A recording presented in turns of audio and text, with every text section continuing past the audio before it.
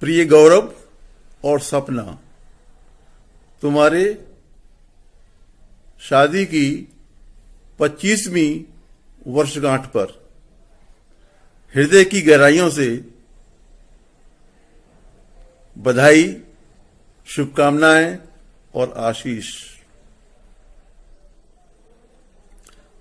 वर्ष 1995 में मैंने और मेरे मित्र डॉक्टर S.P. बंसल ने, जो हमारे साथ नहीं हैं, एक निर्णय किया कि तुम दोनों को इस सूत्र में पिरो दें।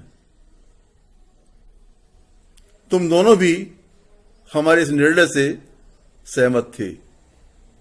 अतः आज से ठीक 25 वर्ष पूर्व 15 फरवरी 1995 को तुम दोनों एक विवाह सूत्र में बंध गए।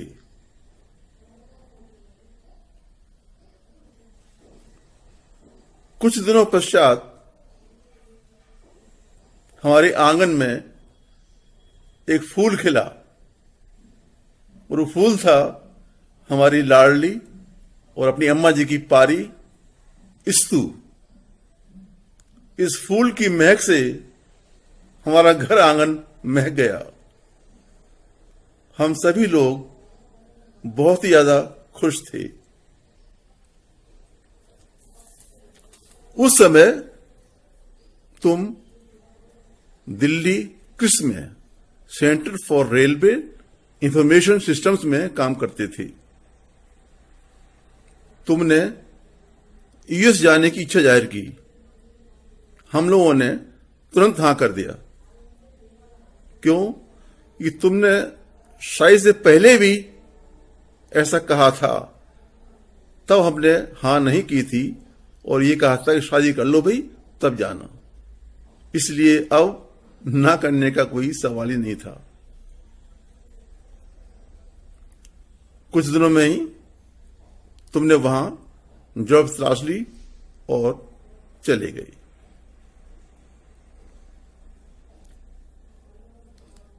तुम वहां अपनी योग्यता और परिश्रम के बल पर धीरे धीरे आगे बढ़ रहे थे।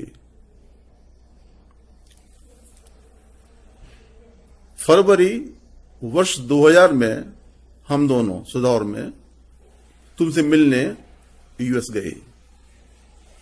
तभी हमें ईश्वर ने एक और खिलौना भेंट किया, सिड। हम लोगों की खुशी का पारावार नहीं था। हम लोग खुशी से चौथे आसमान पर थे।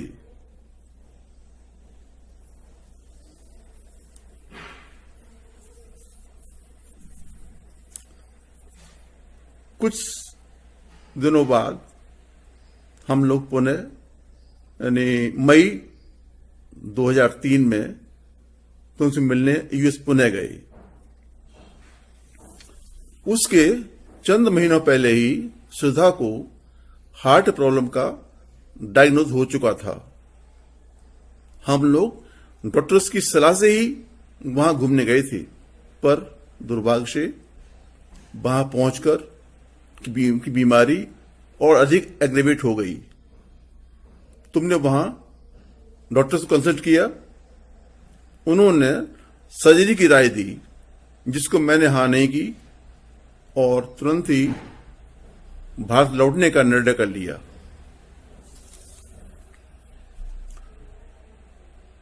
हम तुमसे वहां ये कहकर भी ये लौटे कि अब हम पुनः तुमसे मिलने यूएस नहीं आ पाया करेंगे। वजह होगी सुधा की बीमारी।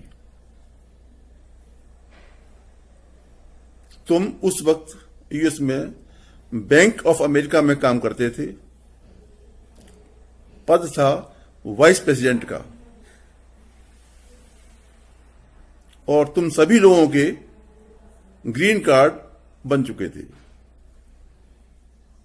ऐसी प्रतिष्ठा वाली पद और नौकरी के लिए बच्चे उन दिनों लालायित रहते थे, तरसते थे, पर तुमने क्षण भर में निर्णय कर लिया कि तुम भी वहां रहोगे नहीं और इंडिया लौट आओगे।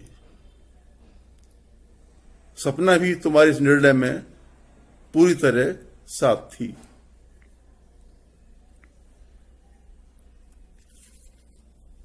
और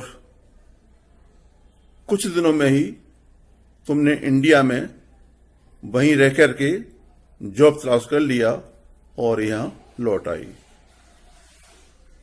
तुम्हारे इस निर्णय से हम लोग भावनात्मक रूप से गदगद थे, क्योंकि ऐसा कभी होता नहीं है। बच्चे यूएस पहुंचकर लौटने की सोचते भी नहीं है, लौटना तो बहुत दूर की बात है। यही कारण था कि हम लोग इतने भावेश में थे।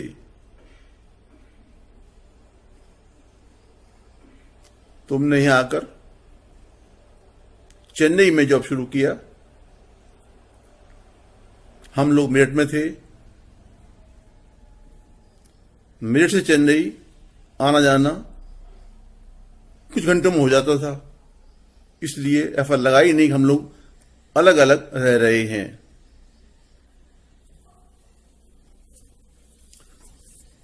जब 11 मार्च 2013 को सुधा ने अपने परम धाम के लिए प्रस्थान किया, तो केवल 8 दिन पहले 3 मार्च तक हम तुम्हारे साथ बेंगलोर में ही थे।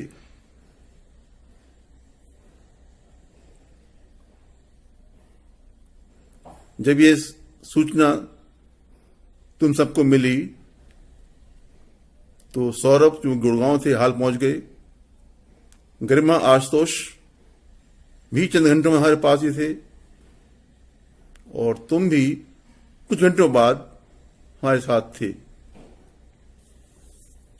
इन क्षणों में तुम सबके हमारे पास होने से हमें ऐसा बिल्कुल नहीं लगा कि हम मेरठ में अकेले रह रहे थे। सुधा के जाने के बाद तुमने हमसे बेंगलोर चलने के लिए कहा, पर तुम्हारी मम्मी की यादें मेरठ वाले घर से लगी हुई थीं, इसलिए मुझे मेरठ उस मकान से लगाव था। अतः मैंने बेंगलोर न चल करके मैं गुड़गांव रहा, ताकि समय समय पर मेरठ हमारा जाना आना होता रहे।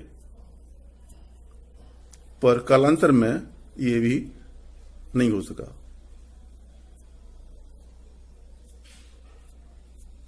अब मैं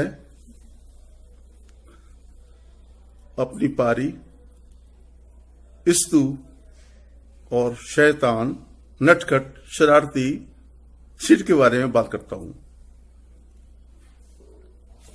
वैसे तो इन दोनों ने अब तक जो हासिल किया है मेरे लिए वही काफी है गर्व करने के लिए, पर इसके आगे ये अपनी अपनी रुचि के क्षेत्रों में जो और करने का प्रयास कर रहे हैं, ईश्वर उनको सहायक बने, उन्हें सफलता दे, ताकि हम और भी गर्व से सिर ऊंचा कर सकें। मेरी परमात्मा से कामना है कि तुम दोनों स्वस्थ रहो और तुम्हारा दाम्पत्य जीवन खुशियों से हमेशा चहकता महकता रहे। आशीर्वाद।